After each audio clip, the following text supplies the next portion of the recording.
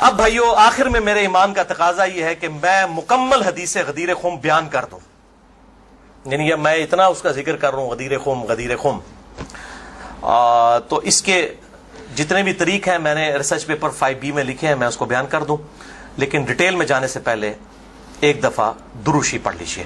اللہم صلی علی محمد وعلی آل محمد کما صلیت علی ابراہیم وعلی آل ابراہیم انک حمید مجید، اللہم بارک علی محمد وعلی آل محمد کما بارکت علی ابراہیم وعلی آل ابراہیم انک حمید مجید۔ عثمان بھائی یہ والا اے سی بھی چلا دیں، کریٹیکل ریکارڈنگ ہو چکی ہے، یہ ریکارڈنگ میں آواز آ جاتی ہے اس بڑے اے سی کی، آپ چلا دیجیے انشاءاللہ۔ بلکہ سب سے زیادہ پسینہ تو مجھے آ رہا ہوتا ہے نا، کیونکہ میں بول رہا ہوتا ہوں، بولنے والے بندے کو زیادہ آتا ہے۔ بھائیو صحیح مسلم میں حدیث ہے انٹرنیشنل نمبر کے مطابق 553 آپ صلی اللہ علیہ وآلہ وسلم نے ارشاد فرمایا کہ جو شخص وضو کرنے کے بعد ایک دفعہ پڑھ لے اشہد ان لا الہ الا اللہ وحدہ لا شریک لہ واشہد ان محمدا عبدہ ورسولہ، تو اللہ تعالیٰ جنت کے 8 دروازے اس کے لیے کھول دے گا۔ الحمدللہ، تو جنت کے 8 دروازوں کی نسبت سے میں نے ریسرچ پیپر نمبر یہ 5B واقعہ کربلا کا حقیقی پس منظر 72 صحیح الاسناد حدیث کی روشنی میں، جس میں 150 طریق میں نے اہل سنت کی کتابوں سے جمع کیے ہیں، اس میں 33 نمبر پہ میں نے حدیث غدیر خم کے سارے طریق جمع کر دیے ہیں جو مین تھے، 8 طریق جمع کیے ہیں، اور میں 8 کے 8 یہاں پہ بیان کروں گا، ظاہر تھوڑے تھوڑے الفاظ کے فرق کے ساتھ ہیں، اور پھر انشاءاللہ یہ ہماری گفتگو کنکلوڈ ہو جائے گی انشاءاللہ تعالی۔ 33 نمبر پہ ہے بھائیو غدیر خم کی جو حدیث ہے، اس پہ اہل سنت اور اہل تشیع کا اجماع ہے، یہ حدیث متواتر ہے۔ چند احادیث ہیں جو متواتر ہیں، ان میں سے ایک وہ حدیث ہے جو صحیح مسلم میں پہلی حدیث ہے، بخاری میں موجود ہے، جس نے میری طرف جھوٹی حدیث منسوب کی وہ اپنا مقام دوزخ میں دیکھ لے، بولے اعوذ باللہ تعالی۔ حدیث متواتر وہ حدیث ہے کہ جس کو اتنی کثرت سے لوگوں نے روایت کیا ہو کہ اس کا جھوٹ پہ ہونا محال ہو، یہ صحیح حدیث کی اعلیٰ ترین شکل ہے حدیث متواتر۔ اردو میں ہم متواترہ بول دیتے ہیں، لیکن عربی میں لفظ متواتر ہے۔ اور دور حاضر میں بہت بڑا کام کیا ہے شیخ ناصر الدین البانی رحمہ اللہ، المتوفى 1999 عیسوی، جو محدث اعظم سعودیہ بھی رہے ہیں، بعد میں سعودیہ والوں نے ان کو خیر نکال دیا، البانیہ کے رہنے والے تھے۔ انہوں نے سلسلہ احادیث صحیحہ میں، السلسلۃ الصحیحہ للبانی میں، انٹرنیشنل نمبر کے مطابق 1750 نمبر میں اور 2223 نمبر میں درجنوں طریق، اس کے درجنوں طرق نقل کیے کئی صحابہ سے، سیدنا علی سے، سیدنا سعد بن ابی وقاص سے، سیدنا ابو ایوب انصاری سے، سیدنا انس بن مالک سے، سیدنا ابو ہریرہ سے، سیدنا ابو سعید خدری سے، سیدنا بریدہ سے، سیدنا ابن عباس سے، سیدنا ابو طفیل عامر بن واصلہ سے، سیدنا برا بن عازب سے رضی اللہ عنہم اجمعین وعلیہم السلام، سب سے یہ حدیث انہوں نے نقل کی سارے طریق۔ اور شیخ زبیر لیزئی رحمہ اللہ نے مشکات المصابیح کی تحقیم کے دوران انٹرنیشنل نمبر کے مطابق 6091 نمبر حدیث کے فٹ نوٹ پہ لکھا کہ یہ حدیث متواتر ہے، غدیر خم کی حدیث۔ اب میرے بھائیوں دل تھام کے، آج میں نے کئی ایسی باتیں کرنی جو میں نے ابھی تک کبھی بھی نہیں کی، کسی ویڈیو میں بھی نہیں کی، اور ایون اپنی نجی محفلوں میں بھی نہیں۔ کچھ باتیں ایسی بھی ہیں کیونکہ ظاہر ہے کہ اب محرم کا مہینہ، تو میں اس کو کھول کے پھر ذرا چیزوں کو بیان کر دوں۔ تو یہ 8 طریق میں 1 بائی 1 ڈسکس کروں گا، پہلے 2-3 ذرا ڈیٹیل سے ہیں، پھر ساتھ انشاءاللہ باقی وہی الفاظ ریپیٹ ہوں گے۔ غدیر خم کی حدیث کا پہلا طریق صحیح مسلم میں انٹرنیشنل نمبر کے مطابق 4 طرق ہیں اس کے، 6225 سے لے کر 6228 تک، سیدنا علی کے فضائل والے چیپٹر میں۔ اس کا جو پہلا طریق ہے، طرق کہتے ہیں جمع کو، طریق کہتے ہیں ایک، یعنی جو روایت کی سند چل رہی ہوتی ہے اس کو ہم کہتے ہیں اس طریقے سے آئی ہے، اس وے سے آئی ہے، اس چین سے آئی ہے۔ پہلی چین صحیح مسلم 6225 سیدنا زید ابن ارقم سے، جو سابقون الاولون تھے، انہی کا وہ دار ارقم تھا جس میں نبی صلی اللہ علیہ وسلم دعوت حق بیان کیا کرتے تھے۔ ظاہر کعبۃ اللہ میں تو وہ لوگ نہیں جانے دیتے تھے، جس طرح ہمیں آج علماء مسجدوں میں نہیں گھسنے دیتے، تو ہم نے بھی یہ دار ارقم سجایا ہوا ایک، تو زید ابن ارقم رضی اللہ تعالی عنہ علیہ السلام روایت کرتے ہیں، ان کے پاس کچھ تابعین آئے، صحیح مسلم 6225۔ انہوں نے کہا زید آپ کتنے خوش نصیب ہیں، شروع میں آپ نے اسلام قبول کر لیا، نبی صلی اللہ علیہ وسلم کے ساتھ آپ نے نمازیں پڑھی، آپ کے ساتھ جہاد کیا، آپ صلی اللہ علیہ وسلم سے ڈائریکٹ حدیثیں سنی، آپ کی صحبت کی، آپ تو بہت خوش نصیب ہیں۔ ہم آپ کے پاس صرف اس لیے آئے ہیں کہ آپ ہمیں کوئی ایسی بات سنائیں جو خود آپ صلی اللہ علیہ وسلم سے آپ نے سنی ہو۔ تو زید ابن ارقم نے کہا کہ میں بہت بوڑھا ہو چکا ہوں، ساری باتیں تو مجھے یاد نہیں ہیں، اس لیے میری معذرت قبول کرو، البتہ ایک کریٹیکل بات مجھے یاد ہے کہ آپ صلی اللہ علیہ وسلم جب حجۃ الوداع سے واپس آ رہے تھے اپنی وفات سے تقریباً 3 مہینے پہلے، تو مکے اور مدینے کے درمیان ایک خم نامی جگہ تھی، پانی کے لیے پڑاؤ کیا غدیر خم پہ، اور یہ بات ہے 18 ذوالحجہ 10 ہجری کی، اور 11 ہجری میں آپ صلی اللہ علیہ وسلم کی وفات ہو گئی ربیع الاول میں، تاریخ کنفرم نہیں لیکن دن سوموار تھا، صحیح بخاری میں آتا ہے۔ آپ صلی اللہ علیہ وسلم نے خم نامی گاؤں میں اونٹ کے پالان کا آپ کے لیے ممبر بنایا گیا، آپ صلی اللہ علیہ وسلم نے اس پہ چڑھ کر خطبہ دیا، اور الفاظ ہی بڑے کنکلوڈنگ ہیں، ہم نے اپنے منہج پہ بھی لکھا ہوا ہے، اے لوگوں آگاہ ہو جاؤ، میں بھی ایک انسان ہوں، قریب ہے کہ اللہ کا قاصد یعنی موت کا فرشتہ میرے پاس آئے اور میں اس کی دعوت قبول کر لوں۔ لوگوں آگاہ ہو جاؤ، میں اپنے بعد تم میں 2 بھاری چیزیں چھوڑ کر جا رہا ہوں، یہ ہے حدیث ثقلین۔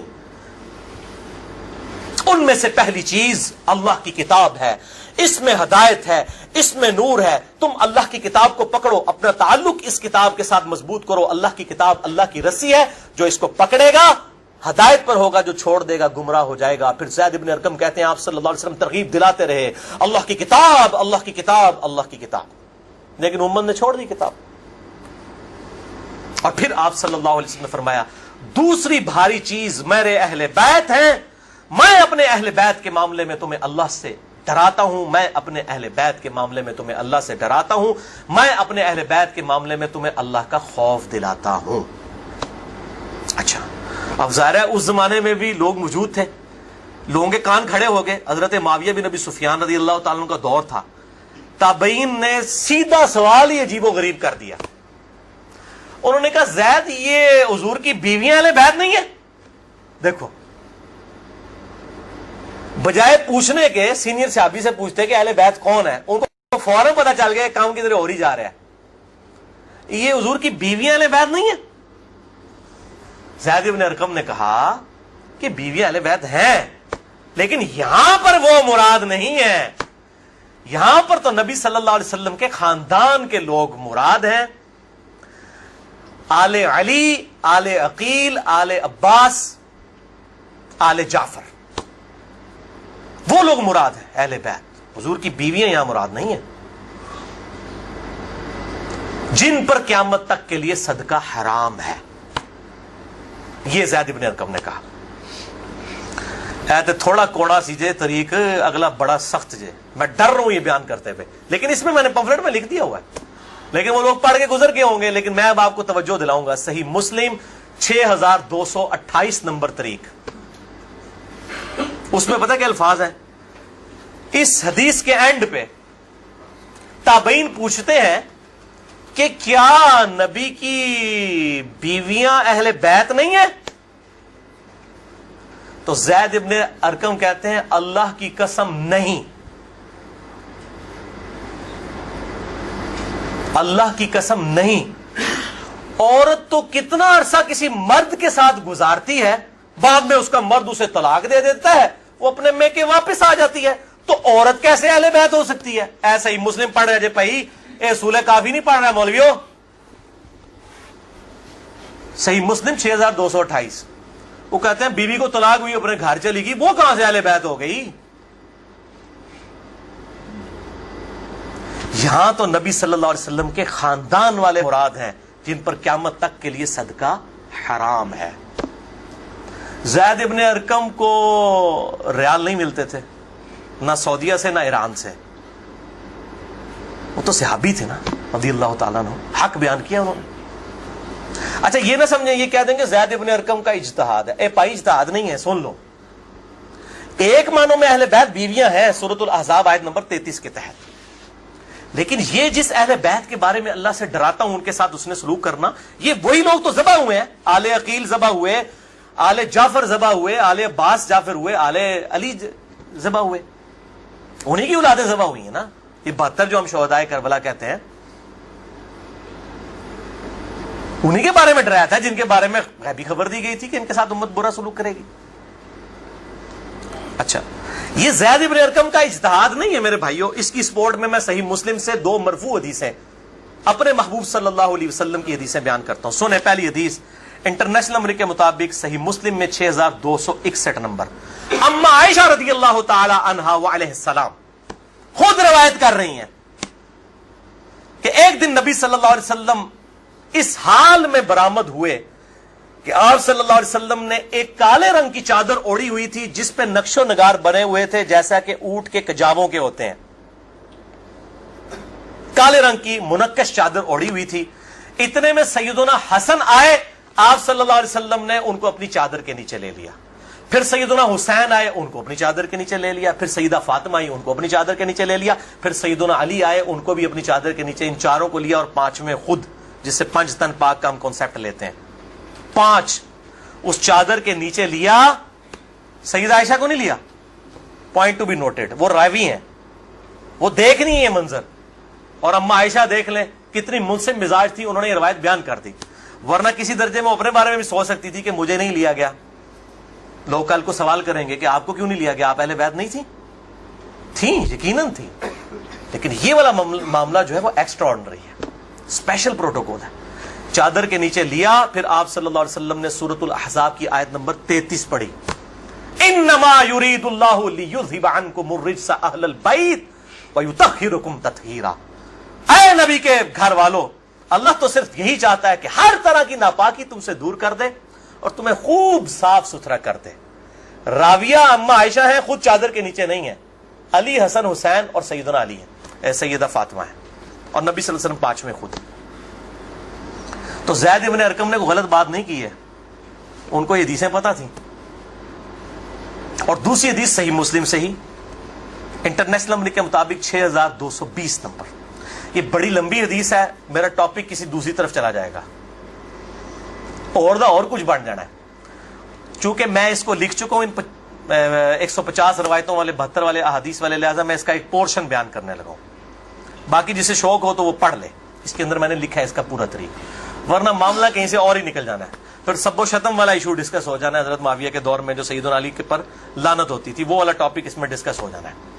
اس لیے میں اس حدیث کا آخری جز بیان کر رہا ہوں کہ سیدنا سعد ابن ابی وقاص رضی اللہ تعالیٰ عنہ کہتے ہیں کہ جب آیت مباہلہ نازل ہوئی نجران کے عیسائیوں کے ساتھ، نبی صلی اللہ علیہ وسلم کی 1-to-1 ڈبیٹ ہوئی. اینڈ پہ ہوا کہ ٹھیک ہے مباہلہ کرتے ہیں، کون حق ہے کون باطل ہے. سورہ ال عمران آیت نمبر 61 نازل ہوئی، فَقُلْ تَعَالَوْا نَدْعُوا أَبْنَاءَنَا وَأَبْنَاءَكُمْ وَأَنفُسَنَا وَأَنفُسَكُمْ وَنِسَاءَنَا وَنِسَاءَكُمْ وَأَنفُسَنَا وَأَنفُسَكُمْ. کہ نبی صلی اللہ علیہ وسلم کو کہا گیا کہ ان کو کہو اپنے بیٹوں کو لے آؤ، ہم بھی اپنے بیٹوں کو لے آتے ہیں. تم بھی اپنی عورتوں کو لے آؤ، ہم بھی اپنی عورتوں کو لے آتے ہیں. تم خود بھی آ جاؤ، ہم خود بھی آ جاتے ہیں. پھر اللہ کے حضور اوپن میدان میں دعا کرتے ہیں، جھوٹے پہ اللہ کی لعنت. اس کو مباہلہ کہتے ہیں. لیکن نہیں آئے. سعد ابن ابی وقاص کہتے ہیں کہ نبی صلی اللہ علیہ وسلم، قرآن میں کیا حکم آیا تھا؟ اپنے بیٹوں کو لے کر آؤ. تو کس کو لے کے آئے؟ سیدنا حسن، سیدنا حسین، سیدنا علی. اور ساتھ کیا تھا؟ اپنی عورتوں کو لے کر آؤ. نبی صلی اللہ علیہ وسلم کی عورت کون تھی؟ سیدہ عائشہ، سیدہ حفصہ، باقی امہات المومنین. لیکن ان کو نہیں لائے، سیدہ فاطمہ کو لے کر آئے. Point to be noted. نازمیوں کے لیے پکی. اگر آپ کو کہے اپنے گھر کی عورتوں کو لے آؤ تو سب سے پہلے بیوی لائی جاتی ہے.